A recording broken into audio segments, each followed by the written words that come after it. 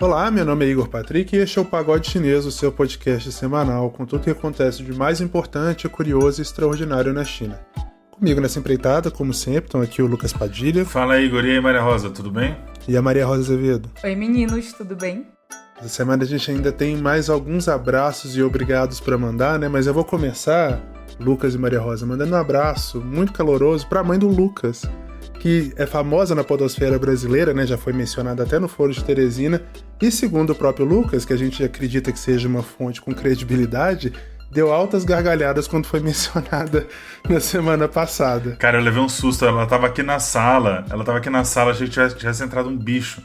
Ela deu um grito, assim, super alto.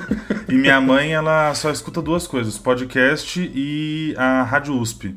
Então, pra ela tá indo dirigir pra trabalhar, ela tem duas opções. Ela ouve a gente, ou Foro de Teresina, ou ela tá ouvindo Rádio USP, lá, alguma música muito aleatória. Então, mãe, um abraço, um beijo pra você. Obrigado. Um beijo, senhora Padilha. A senhora Padilha é muito bom. Maria Rosa também tem uns abraços pra mandar essa semana, né, Maria Rosa? Sim, eu queria mandar um abração pro Vinícius Azevedo, que é um grande ouvinte do pagode e fez intercâmbio comigo em Taiwan, moramos juntos lá. E É parente pro também? Porque o sobrenome é igual. Não, ele não é, mas também para outro Azevedo aqui, o clã dos Azevedo, pro Leonardo Azevedo, ele tá estudando em Coimbra agora e tá espalhando a palavra do pagode chinês pela galera lusófona de Portugal. Já que vocês falaram de sobrenome, eu vou ter que falar uma coisa. Minha mãe é divorciada, então ela vai ficar muito brava com vocês terem chamado de senhora Padilha, viu? Mas meu pai também. Então vocês acabaram de desagradar os dois mais do que eu, então muito obrigado por isso. Servimos bem pra servir sempre. Como diria o Hard Rock Café, love all, serve all. Exatamente. Eu sou a rainha de bolas fora, Padilha. Eu tô muito acostumada com isso. Isso não me atinge mais.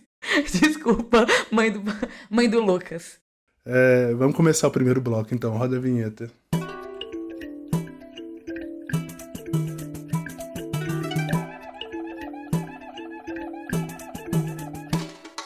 Depois de muito namorar a ideia e enviar mensagens cifradas sobre o interesse, a China finalmente concluiu um amplo acordo comercial com outros 14 países asiáticos e da Oceania. Já considerado o maior pacto do tipo no mundo, a Parceria Econômica Regional Abrangente, que na sigla em inglês é RCEP, né, o bom RCEP, inclui os 10 membros da Associação das Nações do Sudeste Asiático. Aí, nessa associação tem economias bastante grandes, né? Vietnã, Singapura, Tailândia, Malásia, enfim. Além do Japão, da Coreia do Sul, da Nova Zelândia e da Austrália. A Índia, que era esperada, né? Porque seria uma das signatárias originais, ficou de fora da iniciativa. O país acabou mencionando preocupações aí com a entrada de produtos chineses baratos no ano passado, né? E por conta disso preferiu não se juntar, mas existe a janela aberta aí para que eles eventualmente se juntem em 2021.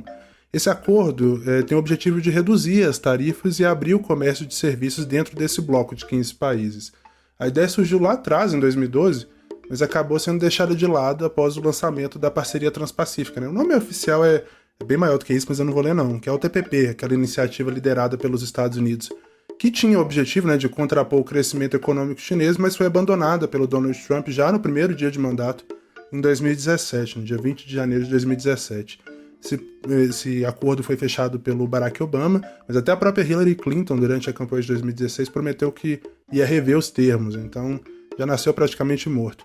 Já esse acordo da China com os outros países asiáticos, né, a Parceria Econômica Regional Abrangente, vai cobrir 2,1 bilhões de pessoas e 30% do PIB global. Olha que número impressionante.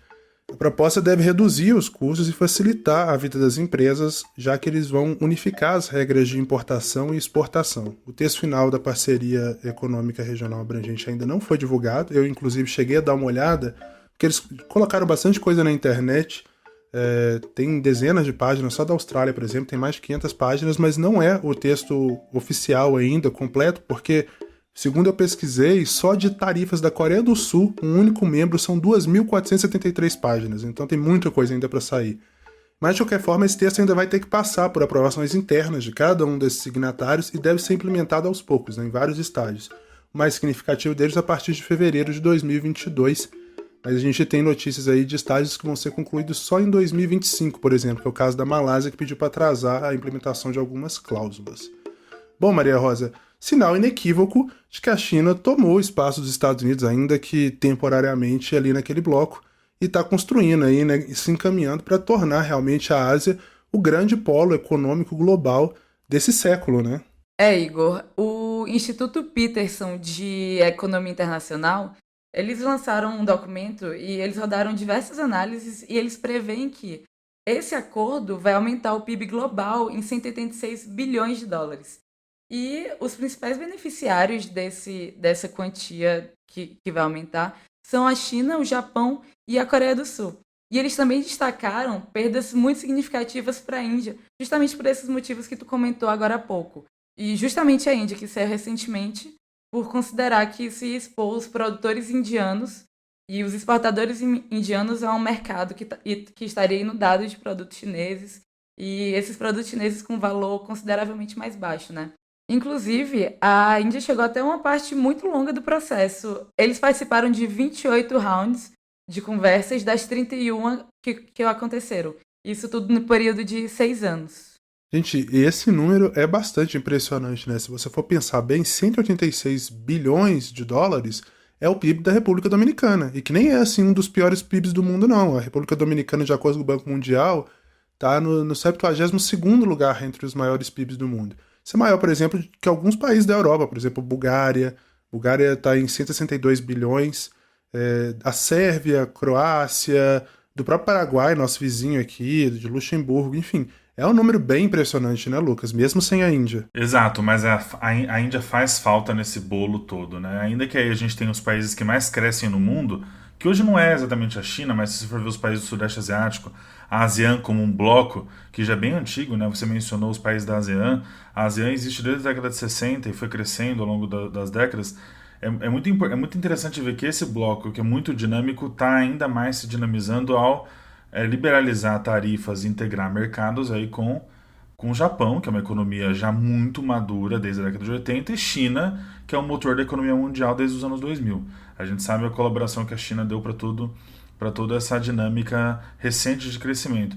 A Índia faz falta porque a Índia, de certa forma, ainda é a fronteira do desenvolvimento na Ásia com escala, ainda é a economia maior do mundo que não tem essa integração toda com a região. Né? A gente sabe que a China e o Paquistão têm uma relação de cooperação econômica para infraestrutura, por exemplo, muito evoluída. Os países do Sudeste Asiático têm a ASEAN e se articulam muito bem ali, desde o Timor-Leste até Singapura, estão fazendo parte desse bloco. A Austrália é muito desenvolvida, certo? O Japão também. Eu acho que faltou um pouco a Índia. Muitos analistas aí estão comentando que isso se deve ao Modi, né? Quer dizer, o Modi é um líder nacionalista e ele está querendo mostrar que ele é independente da China e talvez também se aproximar um pouco mais dos Estados Unidos. Como a Maria Rosa disse, isso não é bem verdade. Quer dizer, a Índia foi muito longe nas negociações e chegou à conclusão de que não era o melhor momento. Eu não acredito que seja assim uma decisão, um rompante do Modi só com considerações geopolíticas. Eu acredito que tem muitas considerações importantes da peculiaridade da economia indiana, que é muito grande. Quer dizer, a Índia é um país que, pela dinâmica doméstica dela, não necessariamente precisa se integrar tanto quanto os outros países do Sudeste Asiático ou até os países do Pacífico, incluindo aí a Austrália e Nova Zelândia, que são economias muito maduras, mas não são tão grandes assim como o mercado, né? Acho que outro comentário interessante, Igor, é entender que assim, essa liberalização que agora está sendo muito celebrada no mundo inteiro, ela está sendo liderada pela China. Quando as pessoas olham para esse acordo, elas enxergam a China à frente do processo. Muito bem lembrado por você, o TPP dos Estados Unidos falhou muito antes de ser implementado. Vamos ver qual que é o futuro desse bloco econômico, o que isso vai virar, as possibilidades de integração, né?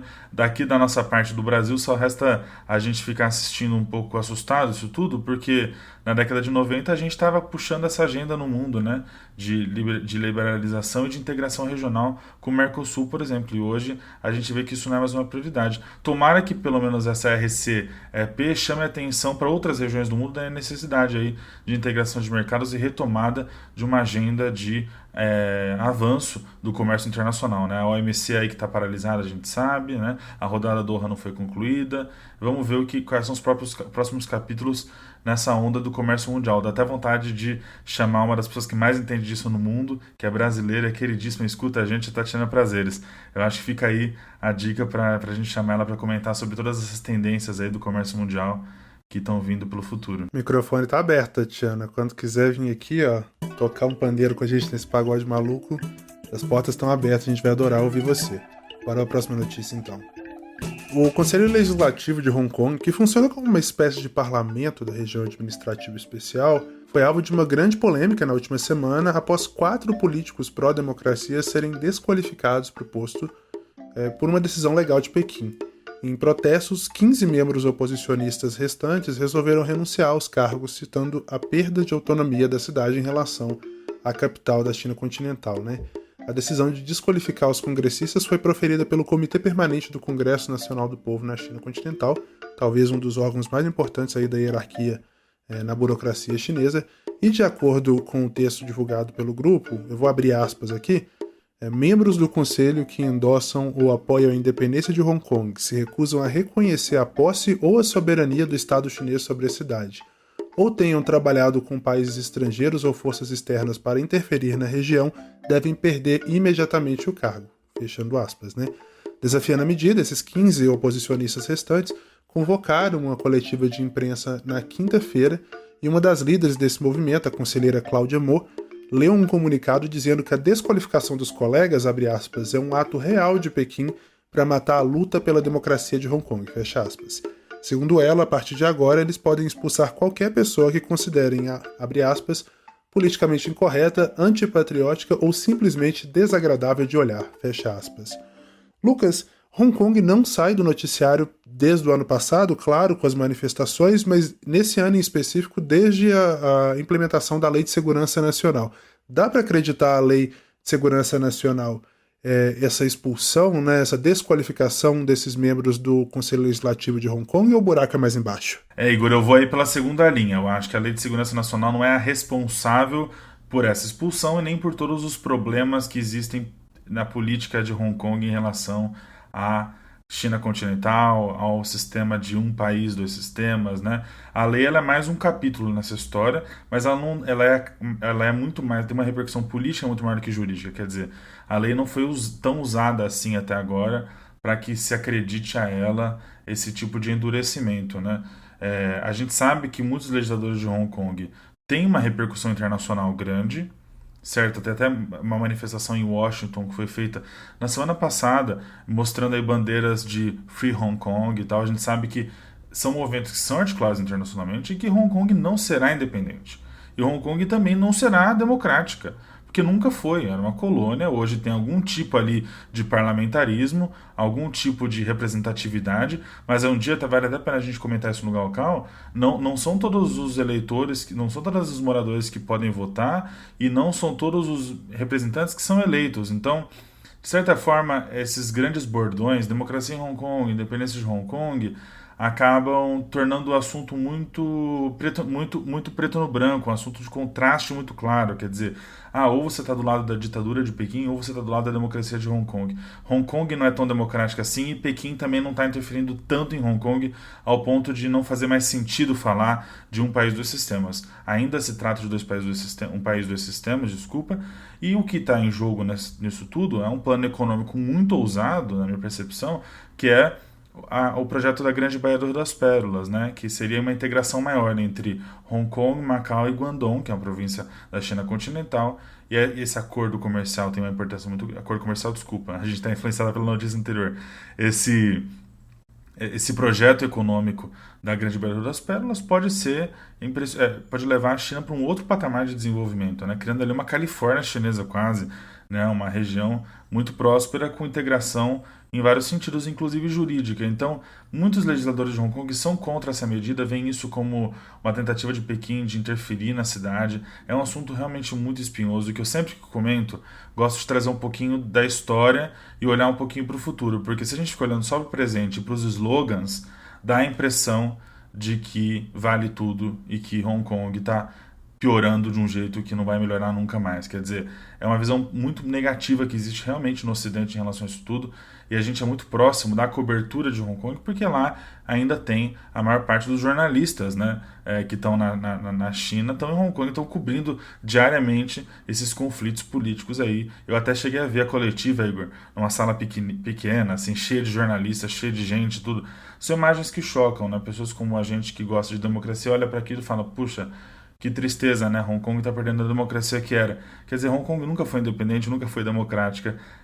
A piora na situação não se deve exclusivamente à China, também se deve à política local, enfim, a situação de Hong Kong, que não é mais uma cidade tão importante para a China quanto foi na década de 80, 90 e 2000. Shenzhen passou Hong Kong ano passado, por exemplo, como a terceira maior cidade da China, né, de economia. O governo da Bahia assinou um acordo de nada mais, nada menos que 7,7 bilhões de reais para construir uma ponte entre Salvador e a ilha de Itaparica, em parceria com o consórcio chinês composto pelas empresas China Communications Construction Company, CCCC, juro que eu não estou falando errado, o nome da empresa é esse mesmo, 4Cs, South America Regional Company, e a China Railway 20 Bureau Group Corporation. Muito nome em inglês, mas enfim, 4 grandes empresas da área de infraestrutura. De acordo com o governador Rui Costa, do PT, o estado vai entrar com 1,5 bilhão de reais, né? E os chineses com o restante. Em troca, os investidores privados vão poder explorar os pedágios dos 12,4 quilômetros previstos para essa ponte, né? A construção deve gerar pelo menos 7 mil empregos e deve durar 5 anos. Depois, a taxa para cruzar a estrutura deve custar a partir de R$ 45. O projeto, porém, nem bem começou e já está na mira das autoridades, né? Técnicos do Tribunal de Contas do Estado apontaram um suposto sobrepreço de 241 milhões de reais no valor do contrato e pediram a suspensão da licitação. A ação ainda não foi analisada, porém, pelo plenário da Corte. As empresas chinesas ainda não comentaram essa denúncia do tribunal. O Rui Costa, porém, que é bastante conhecido pelas entrevistas duras, né, classificou essa análise aí, comentou a denúncia e classificou como, abre aspas, piada de mau gosto, fecha aspas. Maria Rosa, mais um grande investimento chinês em infraestrutura no Brasil, a despeito da relação entre Brasil e China, que a nível nacional não anda lá essas coisas, né? Igor, e falando de Bahia, essa não é a primeira parceria público-privada que acontece entre o governo da Bahia e os investidores chineses, né? No ano passado, de 2019, eles também assinaram um contrato com um consórcio que o nome é Skyrail, e que é controlado por uma empresa chinesa que o nome é Build Your Dreams. E isso foi para a construção e para também manter a operação do serviço de metrô na cidade de Salvador, com investimento de 1,5 bilhão de reais. O governador da Bahia, né, o Rui Costa, ele tem uma ligação muito forte com investidores chineses. E é interessante que eles conseguiram superar algumas expectativas que tinham sido colocadas no começo do ano para o montante que ia ser desse investimento chinês aqui no Brasil. Especialistas estavam estimando que esse número ia ficar entre 6,5 e 7 bilhões de dólares. E aí, só na Bahia já foram 7,7, né? E só complementando isso, é que desde 2017 que o Brasil ele é o segundo maior destino de investimentos chineses em infraestrutura no mundo todo. E a gente só está atrás dos investimentos chineses nos Estados Unidos. E aqui no Brasil eles são principalmente assim, na área de energia e tudo, só que também tem começado a migrar para a área de tecnologia.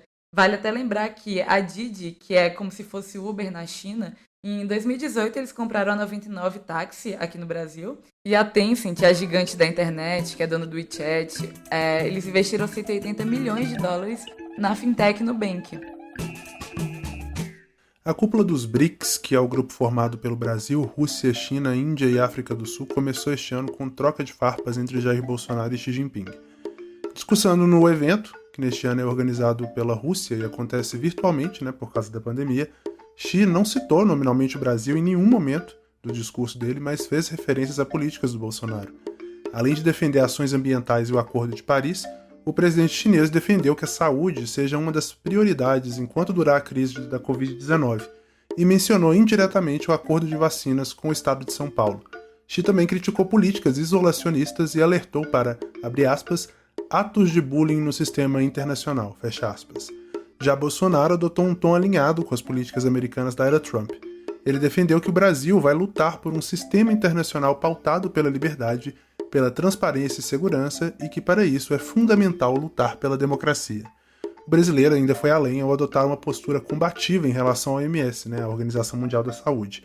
Bolsonaro criticou o que chamou de, abre aspas, pretenso monopólio do conhecimento por parte da OMS, fecha aspas, e defendeu reformas urgentes no órgão. As críticas à OMS e o pedido de reforma são o ponto central do discurso dos países que criticam a resposta da organização em relação ao início do surto de Covid na China. Países como os Estados Unidos, a própria Austrália, que estão em rota de colisão com Pequim, já pediram uma investigação independente sobre a origem do vírus e a atuação da OMS na contenção da doença. Lucas, talvez das cúpulas dos BRICS, mais belicosas assim, nos discursos, e por incrível que pareça, os recados dessa vez não vieram da Rússia, mas de uma troca de rusgas entre Brasil e China que talvez até alguns anos atrás seria inimaginável durante um encontro de um perfil tão alto como é a cúpula dos BRICS anual, Igor, a gente que poderia esperar aí algumas trocas de palavras mais duras entre Índia e China, que quase tiveram um conflito na fronteira, ou entre, enfim, a Rússia e a China, que não tem uma relação fácil.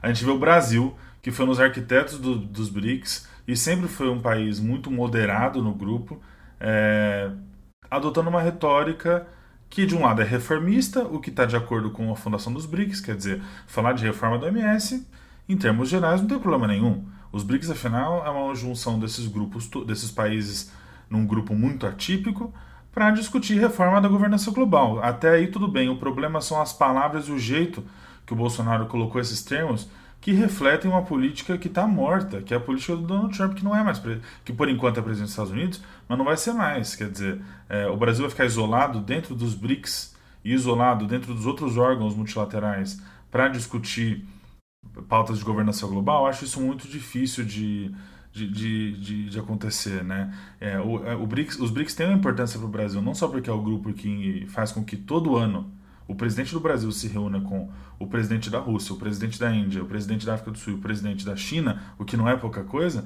Os BRICS também têm o New Development Bank, que é o Banco do Desenvolvimento dos BRICS, ou Banco dos BRICS, como é conhecido, que hoje é presidido por um brasileiro que saiu da gestão Bolsonaro, um brasileiro muito talentoso, por sinal, que é o Marcos Trojo. Então, fica uma posição constrangedora. A gente sabe que os BRICS não têm uma institucionalidade, não tem um secretariado permanente, não tem uma sede, não é um organismo internacional do ponto de vista jurídico, mas o New Development Bank, que é o maior legado dos BRICS por enquanto, é uma instituição importante que está tendo cada vez mais projetos e que é presidida hoje por um brasileiro. Aí cria algum tipo de constrangimento, eu acho. Mas, de novo, eu acho que assim, o que está saindo por aí, as reportagens e tal, elas dão muito enfoque para a retórica do Bolsonaro, a retórica do Xi Jinping, mas os BRICS são muito mais do que isso. Aqui eu vou trazer a lição da professora Karen Vasques, que, enfim, é pesquisadora da FUDAN, é professora na Índia, é uma brasileira também talentosíssima. A gente falou da Tatiana, agora eu vou falar da Karen também.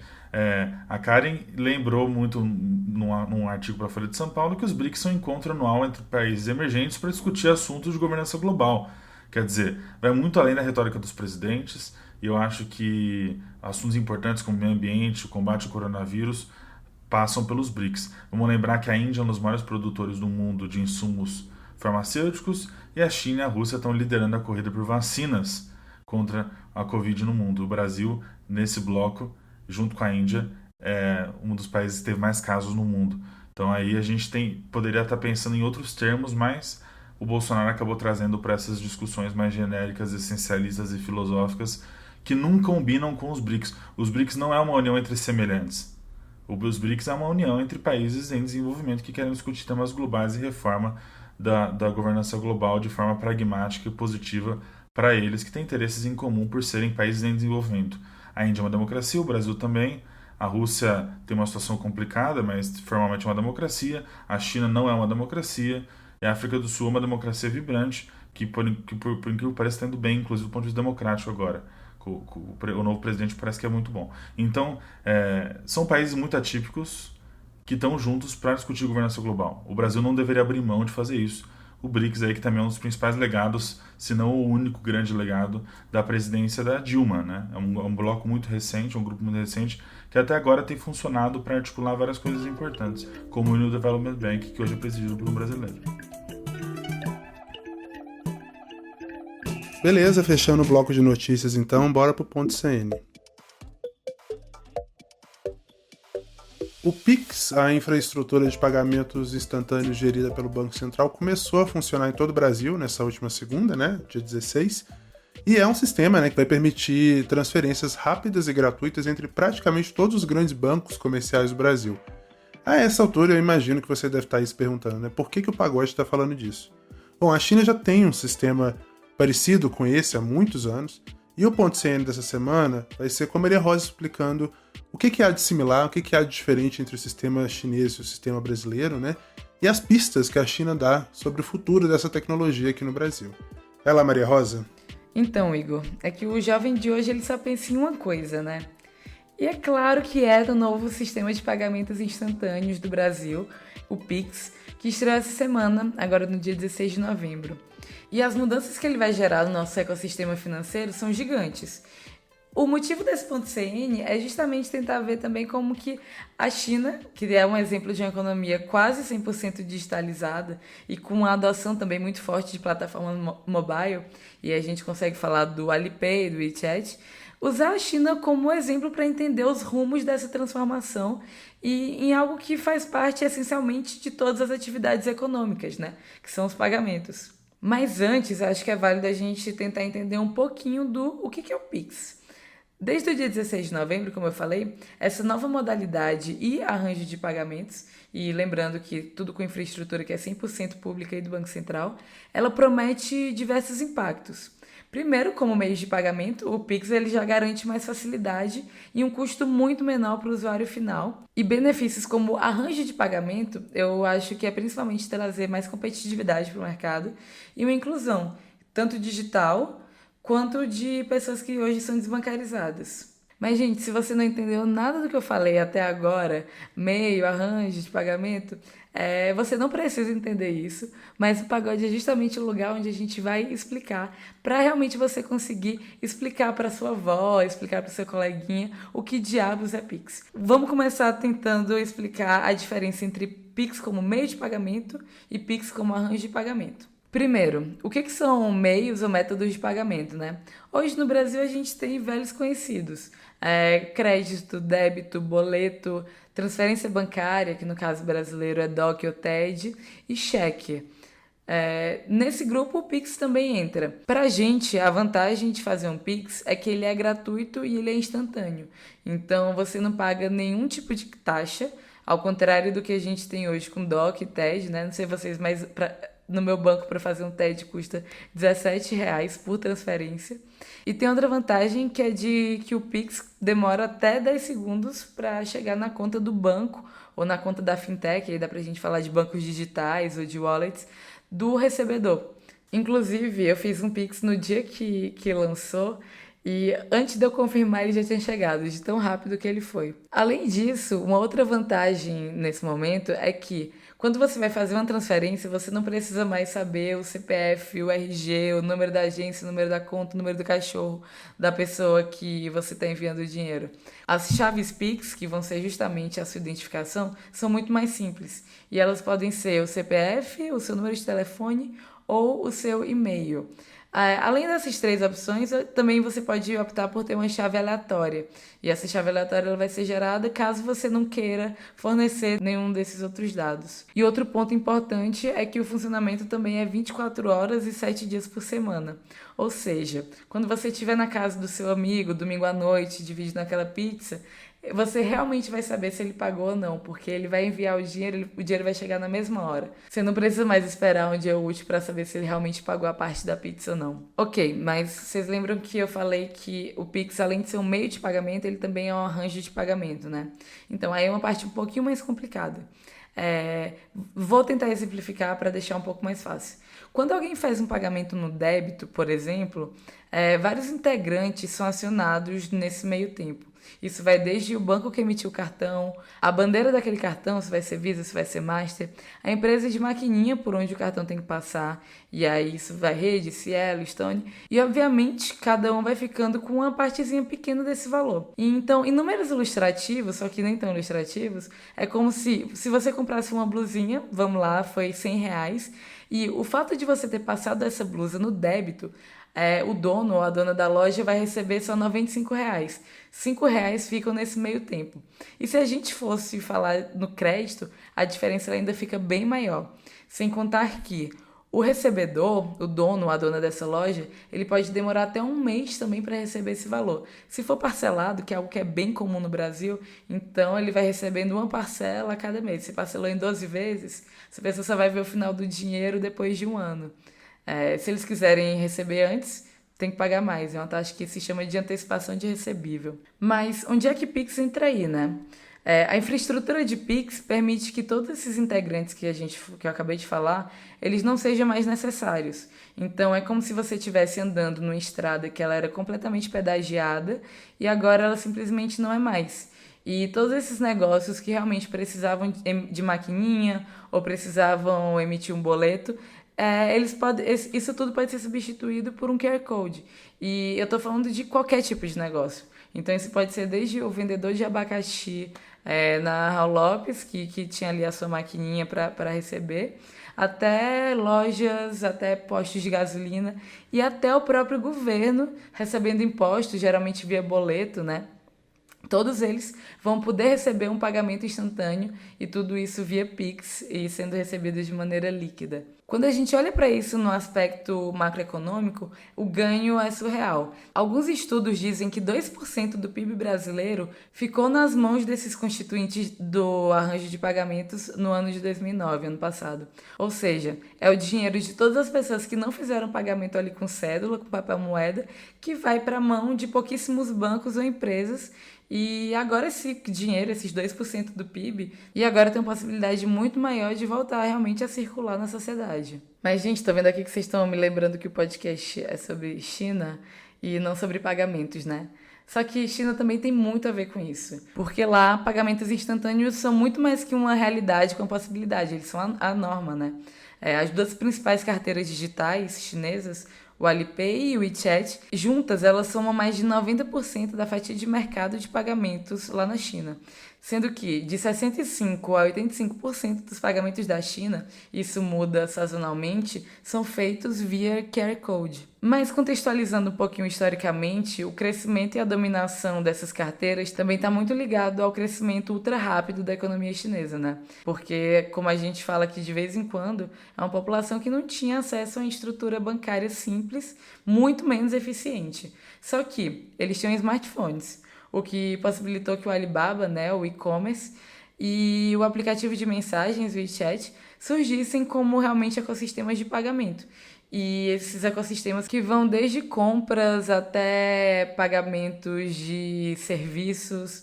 Também dá para falar de economia de compartilhamento, então se compartilhar desde lavanderia até bicicleta, até itens de luxo, e também indo para a parte de dados, né, onde o score social, que é usado na China, ele vem dessas empresas, algo que a gente falou inclusive no primeiro episódio do Pagode, que era sobre o Ant Financial. Então qualquer coisa, se você perdeu, confira lá. Essa lógica é inversa à que a gente está acostumado aqui no Brasil, onde serviços de pagamento, eles geralmente são derivados das atividades bancárias, do setor bancário, né? Um exemplo disso é que até mesmo as empresas das maquininhas, elas são derivadas dos grandes bancos. Na China, o sistema financeiro ele é centralizado nas fintechs. Então, inovações tecnológicas e até o uso desses dados comportamentais, eles passam a moldar toda a forma como o sistema financeiro se desenvolve. Mas então, mesmo que na China se trate de uma infraestrutura que foi composta por empresas privadas, e aqui no Brasil a gente tem uma infraestrutura pública, que é o SPI, Sistema de Pagamentos Instantâneos, que realmente ela é, como eles chamam, powered by Banco Central, e que faz parte justamente da agenda de competitividade, né, do Banco Central, que é a BC-Hash, que logo depois também traz o Open Banking. Faz muito, muito tempo que a gente não vê o Brasil tomando o exemplo da China realmente de uma forma tão positiva, né? E que realmente essa mudança que ela está sendo muito mais drástica do que parece no sistema de pagamentos, que ela consiga se enraizar no ecossistema de negócios brasileiro, trazendo mais produtividade, deixando o capital realmente na mão das pessoas que podem investir e podem reinvestir no seu próprio negócio, tornando assim a economia brasileira mais sustentável, né? Obrigado, Maria Rosa. A Hora do Galcão dessa semana, esse bloco que traz curiosidades e contexto histórico sobre a China. Uma notícia de restauração agitou a China nessa semana e fez reviver uma memória histórica tão lendária quanto dolorida, né? A construção do Palácio Imperial de Verão e a destruição dessa mesma construção, que era uma das mais emblemáticas da China, pelos britânicos ali durante o final da Era Imperial Chinesa. Quem vai explicar essa história pra gente, claro, é o Lucas Padilha. É que é sua, Lucas. Bom, hoje eu vou contar para vocês uma história que se tornou, de certa forma, uma figura de linguagem para representar o século da humilhação chinesa, que é esse tema que sempre vai e volta. Semana passada a gente falou da Revolução dos Boxers e de quando Pequim foi administrada por Washington.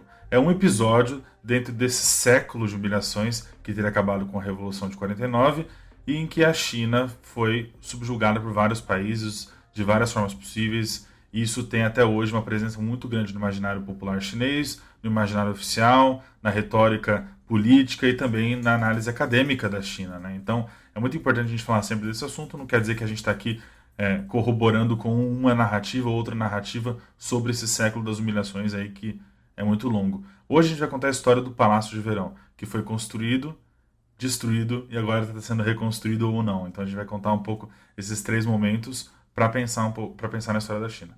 O palácio foi construído ao longo dos séculos XVIII e XIX e era uma mistura de vários estilos chineses com estilos europeus. O nome dele, Yuanmingyuan, diz basicamente que a tradução aí é o Jardim do Brilho Perfeito. Tá? Yuanmingyuan, ele é um resort no norte de Pequim para os imperadores da dinastia Qin, que durou de 1644 até 1911, né? Era onde esses imperadores da dinastia Qin iriam para descansar no verão. É realmente impressionante o tamanho, né? É uma área de 3,5 km², 860 acres, né, mais ou menos, e o Palácio de Verão era um conjunto de palácios, pavilhões, recursos hídricos e arte. Então não era só um palácio. Em 1860, durante a Segunda Guerra do Ópio, as tropas britânicas e francesas, lideradas pelo Lord Elgin, saquearam e queimaram o palácio em retaliação à tortura e execução de enviados aí que foram lá para falar com o imperador e tentar negociar os termos da Guerra do Ópio. Então, assim, a destruição, o saque do Palácio de Verão é um trauma muito grande que está relacionado a esse evento maior, e o saque e a destruição em si, pelo tamanho do que foi perdido ali, também é traumático, né? Interessante que o Lord Elgin, o pai dele, esse que destruiu aí o Palácio de Verão, o pai dele foi quem adquiriu os famosos mármores de Elgin, que são mármores aí do Panteão. Lucas, inclusive o próprio Xi Jinping esteve na Grécia, né, no ano passado, apoiando a Grécia na tentativa de retorno desses mármores roubados, né? A China que foi alvo de vários saques. Na semana passada, inclusive, você chegou a comentar que saíam trens carregados de arte chinesa, de artefatos históricos chineses para o Ocidente, roubados, literalmente, e o Xi Jinping batendo nessa tecla no apoio à Grécia, justamente porque a China está no mesmo bonde, né? Também fazendo o mesmo tipo de reivindicação. Pois é, e você pensar que a Grécia e a China sofreram na mão de uma mesma família, né? O Palácio de Verão, um símbolo da China, e o Panteão, um símbolo da Grécia. Enfim, os artefatos dos dois foram ou destruídos ou levados para o British Museum lá em Londres. Então esse é um tema aí que não é só histórico, mas tem essa dimensão que você trouxe muito bem, contemporânea de relações internacionais, né? Bom, o Palácio de Verão, ele também sofreria ainda com outras guerras, né? Não foi totalmente destruído com um incêndio na Segunda Guerra do Ópio, mas as guerras civis da China, a Revolução Cultural e até atividades de construção ali na proximidade, né? A gente está falando de Haidian, que é no norte de Pequim, onde tem várias empresas de tecnologia. A Universidade de Pequim, ela é vizinha do Palácio de Verão. Essas construções nas proximidades afetaram ainda mais o palácio, né? Para os chineses, as ruínas continuam sendo um símbolo da humilhação por parte das potências estrangeiras, e tentativa de conservar essas ruínas, restaurá-las ou até replicar as estruturas originais em outros lugares sempre dão início a debates aí muito quentes na mídia, na academia. Quer dizer, o que vai ser feito com aquela estrutura que está ali abandonada, né? Os colecionadores que se recusam, inclusive, a devolver os tesouros pilhados, eles sempre são tema aí de muita revolta das pessoas, né? Porque tem até colecionadores chineses que têm peças aí do Palácio de Verão que não foram retornadas, né, para um museu ou para o governo de certa forma. Estrangeiros esses que ajudaram a destruir e que também ajudaram a construir, né, Lucas? É isso assim também. Por isso que eu gosto de trazer o debate sempre para o detalhe da história, porque é onde a narrativa fica mais complicada. Quer dizer, o Palácio de Verão também, uma parte importante dele foi construída por estrangeiros. E é isso que eu vou contar para vocês hoje também, porque eu acho que é uma história que vale a pena ser contada para mostrar aí as possibilidades de quando a China e o Ocidente se unem de alguma forma, né? Começando aí em 1709, ou seja, o palácio já tinha começado em 1709, o imperador Kangxi, que foi um grande imperador da China, ele iniciou a construção de um retiro num jardim conhecido então como Yuanmingyuan, ou Jardim do Brilho Perfeito, como eu disse. O imperador Yongzheng, filho dele, e o neto, o Qianlong, desenvolveriam e elaborariam um jardim em seus edifícios, construindo aí 2 seções adicionais, e os sucessores continuariam a embelezar esse palácio. Quer dizer, o Qianlong, que é o imperador que eu vou contar a história dele agora, ele foi o terceiro a construir esse palácio. O pai dele e o avô dele já tinham construído umas partes importantes. Entre 1747 e 1783, o Qianlong convocou talentos arquitetônicos e científicos dentre seus conselheiros jesuítas, ocidentais, italianos, franceses, espanhóis e até portugueses, para ajudar na construção de vários palácios, pavilhões e jardins de estilo europeu, e uma seção desse amplo complexo aí, que à época cobria 8 hectares. Então, durante o ano de 1737, o Qianlong encomendou a Giuseppe Castiglione a construção de vários pavilhões de estilos europeus nas terras que não estavam ainda ocupadas do antigo Palácio de Verão. O Michel Bernoist, que também era outro frade jesuíta, supervisionou a construção dos projetos de Castiglione e assumiu aí a construção após a morte de Castiglione em 1766, ajudando a projetar várias partes do palácio. Os estudos dele, do Michel Bernoist, incluem o relógio de água, né, que ficou muito famoso porque ele era baseado no Tribunal de Honra de Versalhes. Esse relógio, que era hidráulico, ele era uma fonte rodeada por 12 estátuas que representavam os animais do zodíaco chinês, com cada zodíaco associado às 12 horas chinesas ditada pelo sistema de ramos terrestres, ou seja, um sistema tradicional chinês de contagem de tempo. Então, usando o sistema hidráulico projetado por Bernois, cada estátua expelia pela boca um jato de água de cada animal por 1 hora consecutiva, e foi um dos primeiros sistemas de jato de água desenvolvidos na China. A gente está falando de 1766, gente. Quer dizer, aí a tecnologia e as influências ocidentais, primeiro dos jesuítas, com cultura chinesa no seu ápice, né? A gente está falando de um sistema de horas e do zodíaco chinês sendo adaptados para construir um palácio inspirado em Versalhes. Bom, nossa capacidade de visualizar essa expressão do ocidentalismo chinês hoje quase que depende inteiramente de um conjunto de 20 gravuras de cobre que foram encomendadas em 1783 com base em desenhos de um artista da corte chinesa claramente influenciado por convecções pitorescas ocidentais, ou seja, a gente não sabe exatamente se parecia tão ocidental assim quanto hoje a gente acha que era. Então todos os prédios do bloco ocidental, digamos assim, foram encomendados ou construídos inteiramente para o prazer do imperador e aí para sua apreciação visual. Eles não tinham utilidade, eles não eram usados como residências e o design de interiores permanece um mistério.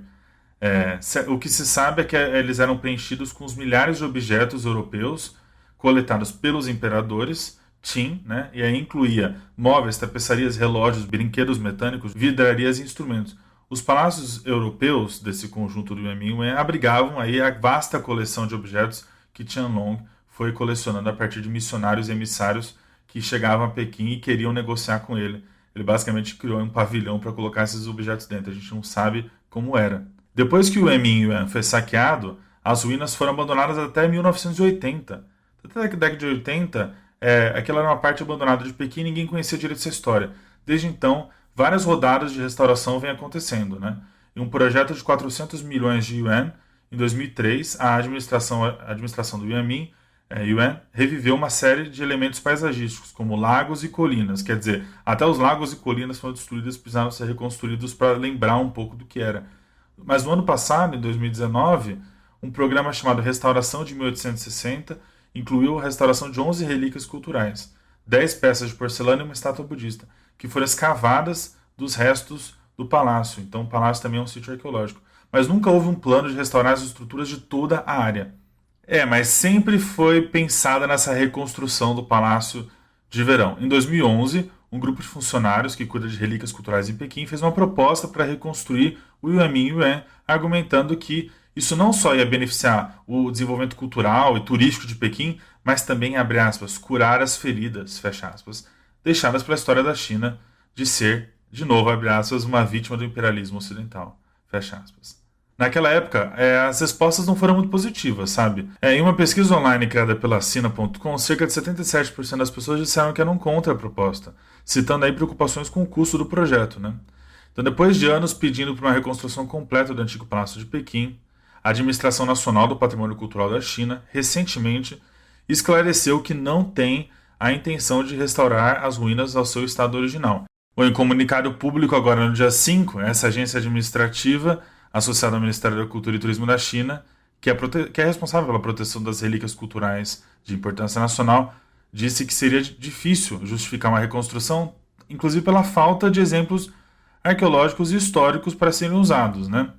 Além de apagar, de certa forma, a memória do Yuanmingyuan. A declaração foi uma resposta executiva a uma proposta apresentada por um delegado do Congresso Nacional do Povo, que é a principal legislatura da China.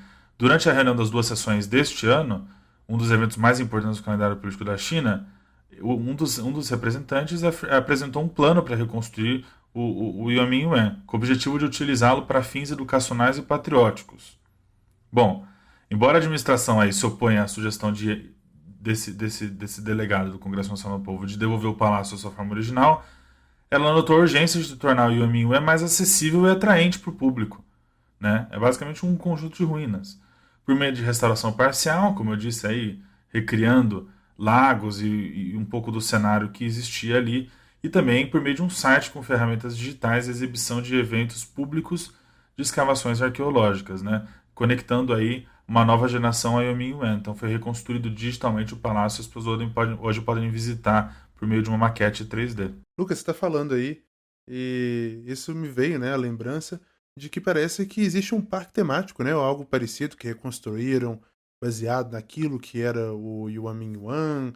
É algo que é comum na China, inclusive, né? Eles têm um bairro que parece com Paris, lá em Shenzhen eles têm a Praça das Nações com vários monumentos mundiais e fizeram isso também com esse palácio, né? Pois é, Igor, é uma tendência, né? Pensando aí que o governo não ia realmente reconstruir o palácio, em 2015 foi inaugurado o Hanjin World Studios, o maior estúdio de cinema da China ao ar livre, que construiu um novo palácio Yuanmingyuan. E eles alegavam que era uma réplica em tamanho real do antigo Palácio de Verão, né?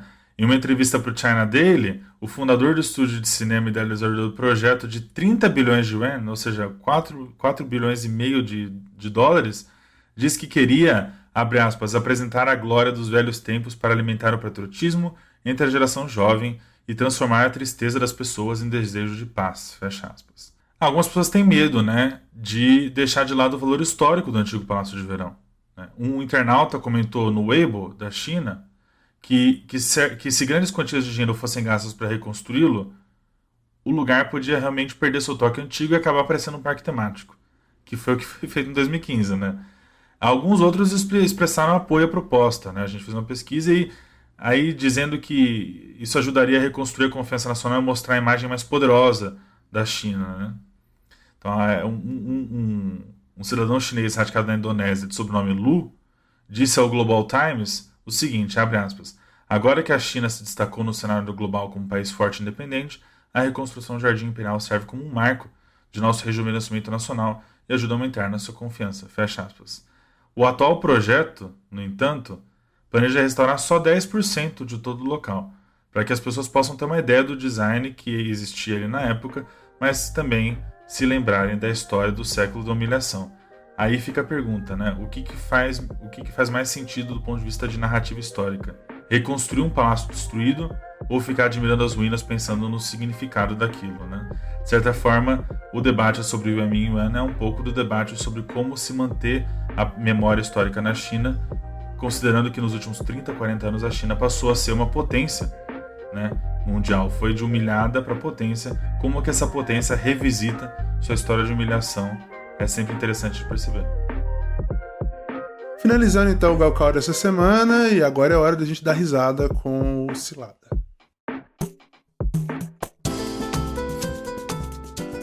Hora de dar umas risadas às custas dos perrengues e das situações engraçadas que os nossos ouvintes passam lá na China, né? A história de hoje é da jornalista e influencer Laís Carpenter. A Laís morou em Pequim por 3 anos e resolveu dividir com a gente aqui uma cilada que ela viveu pouco depois de chegar na China. Bora ouvir.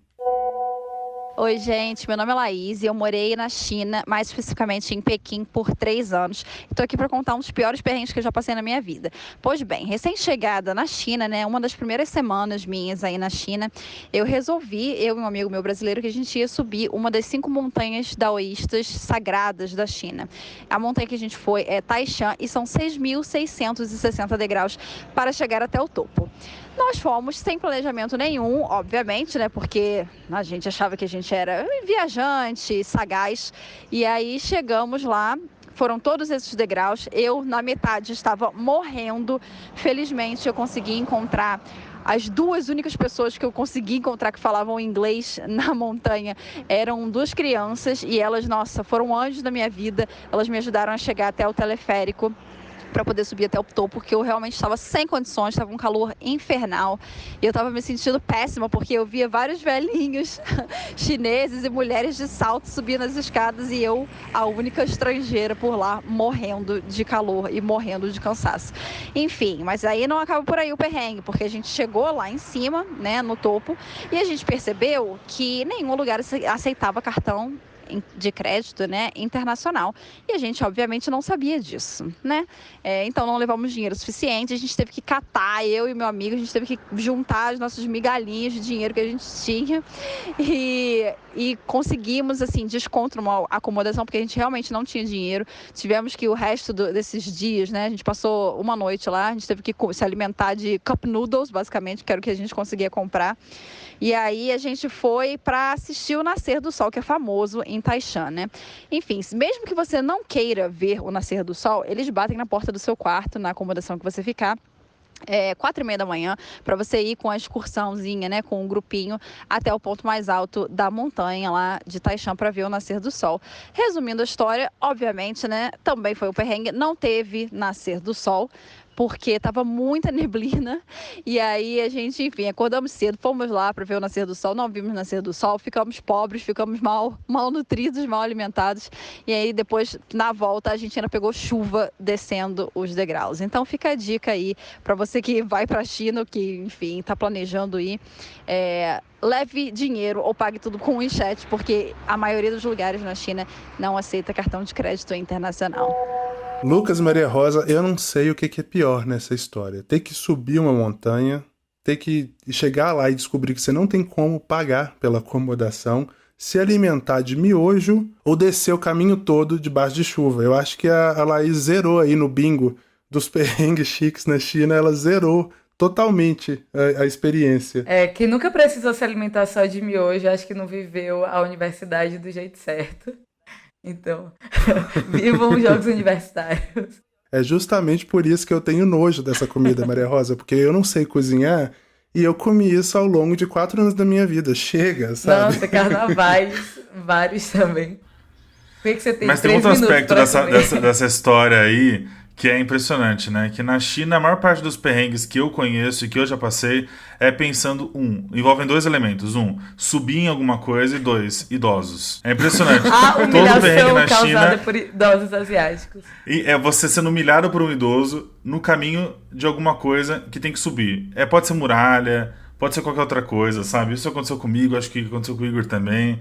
Enfim, você vê a página do Perrengue Chique, é sempre um monte de penhasco, montanha, coisas altas na China. E assim, é uma fixação, né, por esse tema, né? Coisas altas, o que pra gente, a gente não sabe nem subir degrau, né? Eu sou fumante igual o Igor, então a gente passa mal fazendo essas coisas, né, Igor? Não pode deixar. Alô, MS! Verdade. Ô, mãezinha Padilha. A gente acaba morrendo. Eu conheço sua história.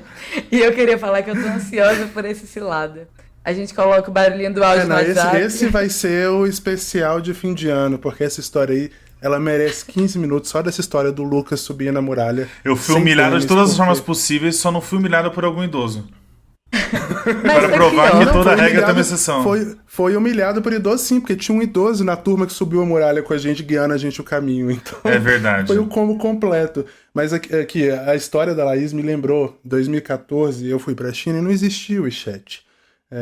Existia, claro, né? Mas o WeChat ainda não era esse super aplicativo para poder pagar tudo, para resolver todos os seus problemas.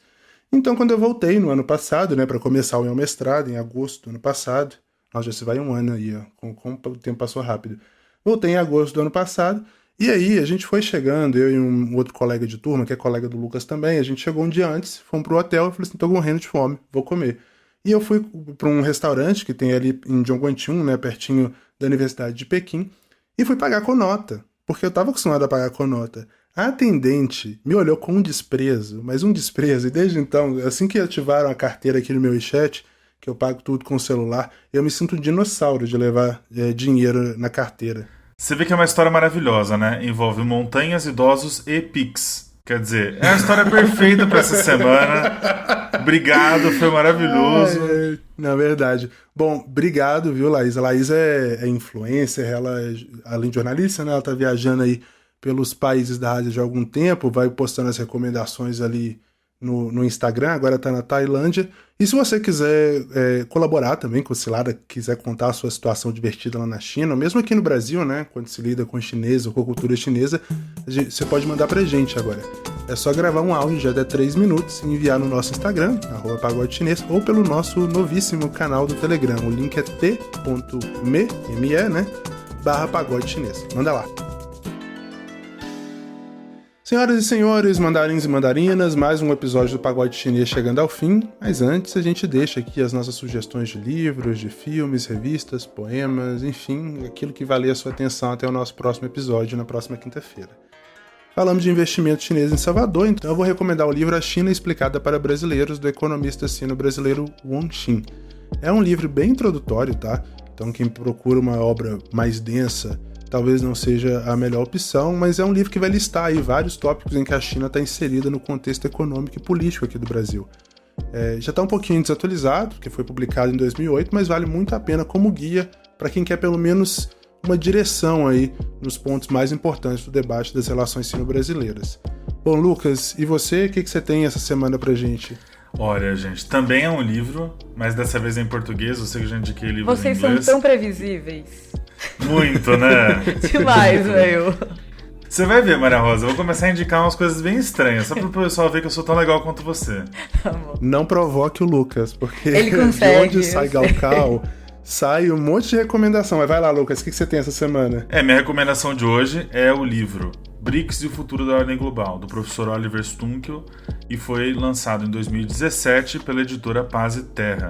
É um livro excelente, porque foi uma das primeiras obras a tratar dos BRICS. Hoje a gente falou um pouco da reunião da cúpula dos BRICS, então é sempre bom revisitar essa obra que conta um pouco do histórico, dos conceitos, dos debates conceituais, do significado dos BRICS para a ordem global, aí os BRICS como um reformador dessa ordem. Então é um livro super importante, paradigmático, foi publicado em vários idiomas e é do professor Oliver Stunkel da FGV, que foi meu professor também. Quem sabe aí não é uma nem ideia, um pouco, né? Puxação de sardinha, né, Lucas? Eu ia comentar isso. Nem um pouco. Não tá puxando nem um pouco o saco do seu ex-professor. É uma recomendação sem viés ideológico essa. Que inclusive foi uma das pessoas que recomendaram o Lucas pro programa da Yenchim, onde a gente é colega. Viu só, gente? Sempre se paga, né? Não existe almoço grátis. É isso aí. Se o Oliver um dia ouvir esse podcast, professor, nós todos te admiramos muito. Manda uma cópia assinada que a gente compartilha com o pessoal. A gente sorteia aqui. No sorteio tá terminando essa semana, a gente sorteia o livro do Oliver. Oliver, manda um e-mail pra gente. Maria Rosa, o que você manda pra essa semana? Igor, eu ia recomendar um filme, mas eu mudei de ideia quando eu recebi hoje um post do pessoal da Câmara de Comércio Brasil-China. Eu vou recomendar a página do Instagram deles. O nome é Inova China Hub. E eles estão produzindo um conteúdo super legal e muito visual e bem interessante sobre curiosidades e comparações da China com o Brasil. E o post que eu recebi foi inclusive a respeito de pagamentos. Então eles fizeram um infográfico comparando pagamentos no Brasil e na China. E eu quero recomendar a página deles, porque realmente tá um conteúdo super legal, galera. Parabéns. Ó, a Maria Rosa fazendo política de boa vizinhança aí. Não Acho sou que só é eu, você, viu, Maria Rosa? Padilha, política. Hoje vocês dois estão impossíveis. Mas enfim, ó, gente, um recado antes da gente ir embora.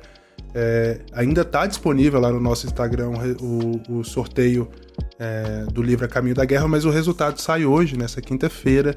Então, você que participou, que comentou aqui, que acompanhou a estreia, corre lá, porque talvez você foi o sortudo ou a sortuda que levou o exemplar do livro da Intrínseca para casa na faixa. Bom, o Pagode Chinês é uma produção da Risca Fac, em associação com a Observa China. A direção e edição é do coitado do Leopoldo Cavalcante, que hoje tem muito material para poder editar e cortar. Se você quiser entrar em contato com a gente, nosso endereço de e-mail é o contato@pagodechinês.com.br, e você também pode falar com a gente no nosso Instagram, que a gente mencionou, mas vale a pena repetir, é @pagodechinês. Também agora pelo perfil do Telegram, t.me/pagode chinês. A gente se despede sempre com um provérbio chinês, claro. O dessa semana é esse aqui, ó. Falar não cozinha o arroz. Até semana que vem. Tchau.